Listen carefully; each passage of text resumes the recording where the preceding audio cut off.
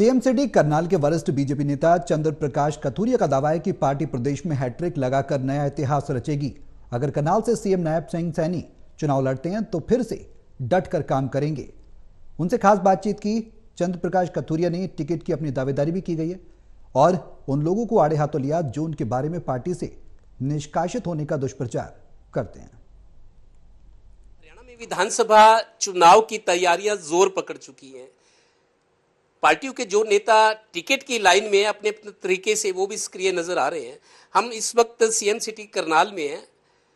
Karnal BJP से चंद्र प्रकाश कथूरिया पुराने नेता हैं, बीजेपी के बड़े नेता हैं। गिनती इनकी उन नेताओं में की जाती है जिन्होंने पार्टी के लिए कुछ खास किया है। चंद्र प्रकाश कथूरिया हमारे साथ हैं। कथूरिया साहब, पहले तो टोटल टीवी में आपका स्वागत है।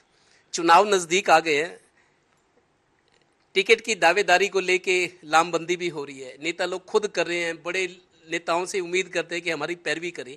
टिकट की दावेदारी आपकी भी है। सबसे पहले तो मैं टोटल टीवी को प्रणाम करता हूं कि जनता के सामने जो इतने अच्छे मुद्दे को लेके आ रहे हैं और पूरे प्रदेश की और देश की जनता को हाथ जोड़ के प्रणाम करता हूं। भारत माता की जय।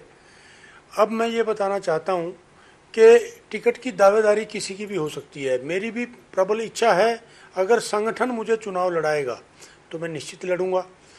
अगर संगठन किसी को भी कमल का फूल दे के भेजेगा, हम उसकी तन मन धन से जैसे पहले सपोर्ट की है वैसे अब भी करेंगे।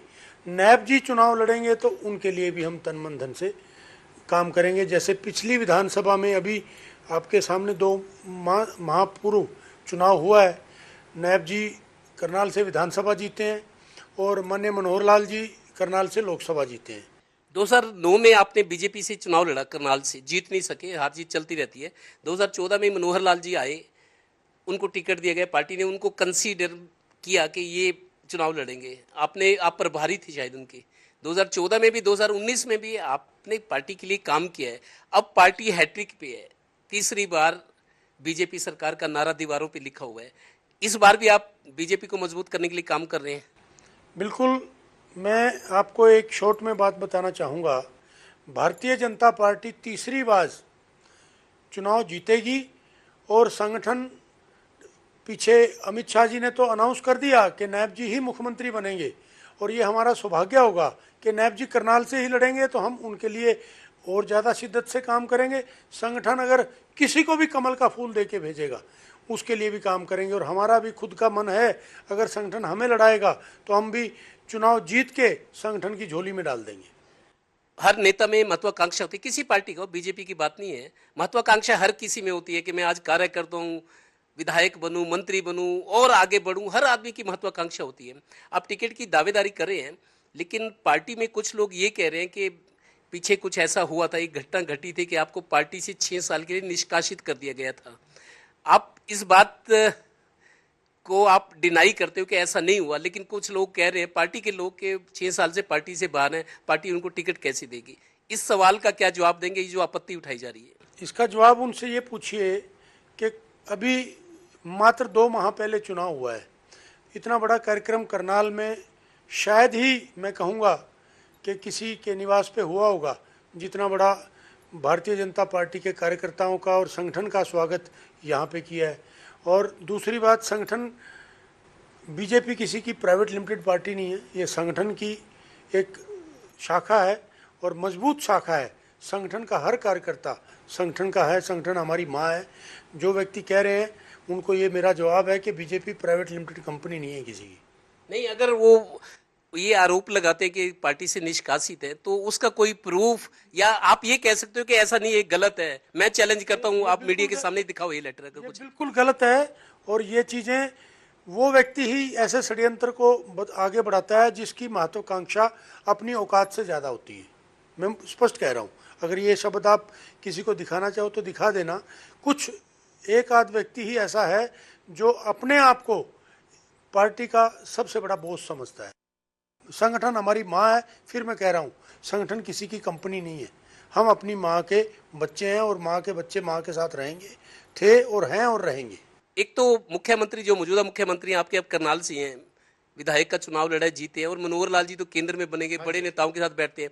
जब दो बड़े नेता आपके पास करनाल में हैं, अगर वो उनसे कहलवा दें कि जो इस तरह की बातें कर रहे हैं ये पार्टी को नुकसान पहुंचाने वाली बात है, वो लोग पैरवी करेंगे? आपके मुख्यमंत्री हैं, मनोहर लाल जी हैं, कि ये जो कहा जा रहा है ऐसा नहीं है, मीडिया के सामने ये वो कह सकते हैं अगर ये आप डिमांड करो? मैं तो उनसे भी आग्रह करूंगा कि उनको इस बात की स्पष्टता देनी चाहिए, क्योंकि ऐसा है ही नहीं।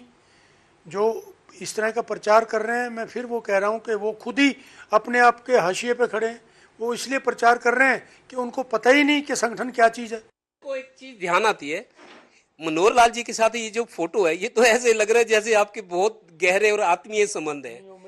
आत्मीय संबंध है, गहरे संबंध है, और लगता है तो पिछले जन्म का कोई रिश्ता। इस फोटो को अगर हम परिभाषा दें, ऐसी क्या बात होगी कि दूरियां क्यों बढ़ गई?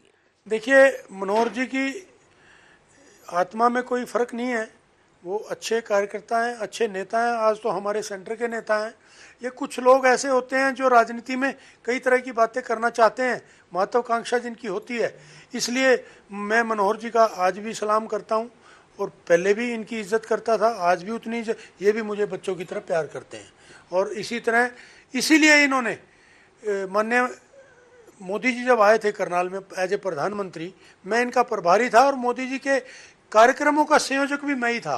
आपके सामने है मोदी जी के साथ वाला मेरा विराजमान चेयर है, और उनको मैं करनाल के मुद्दों के बारे में पर्ची दे रहा हूँ। एक बात ये बताओ, कांग्रेस अपने आप को बहुत मजबूत बता रही है, और जिस तरीके से राजनीतिक परिस्थिति है हरियाणा में, हम कई लोगों के मुंह से सुनते हैं भाई कांग्रेस के लिए चांस है, इस बार कांग्रेस मजबूत हुई है, और लोकसभा चुनाव से भी अंदाजा लगता है। आपको क्या लगता है, प्रदेश की जीटी रोड बेल्ट पे बीजेपी 2014 और 19 में बहुत सीटें लेके जीती, और अब फिर जीटी रोड बेल्ट पर फोकस है बीजेपी का, और अब कांग्रेस ने भी जीटी रोड बेल्ट की ओर रुख किया है। सीएम सिटी पे जोर इसलिए है उनको खुद ये मालूम है कि यहाँ वो किसी को भी, अगर हुड्डा जी इतने मजबूत नेता हैं तो क्यों नहीं लड़े मनोहर जी के अगेंस्ट? वो खुद क्यों नहीं उन्होंने अपने किसी दूसरे सदस्य को, यहाँ परिवार के आदमी को या और किसी को भेजा? ये तो पता है आम जनता को। मैं नहीं कह रहा कि ये बीजेपी का वो है, ये आम जनता की जीत है, ये संगठन की जीत है, और ये सनातन की जीत है। और रही बात कांग्रेस की, कांग्रेस के पास ना तो कोई मुद्दा है। ये जो 2 महीने पहले चुनाव हुआ है, उसमें जो कमियां थोड़ी बहुत हमारी रही हैं, उसको हम दूर करने का मौका मिल गया, हमें तो अच्छी बात है। आखिरी सवाल फिर वही, आपने अपने पक्ष में दलीलें दी कि जो लोग प्रचार कर रहे हैं टिकट का दावेदार मानने हैं, और पार्टी अगर कंसीडर करती है, तैयारी है पूरी?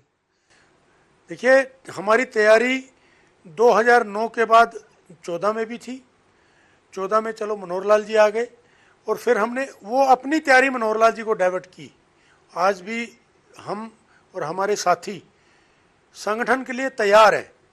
टिकट हमें मिले या किसी को भी मिले, चुनाव करनाल से जीत करके भेजेंगे। कमल का फूल खिलेगा करनाल में, कमल का फूल ही खिलेगा।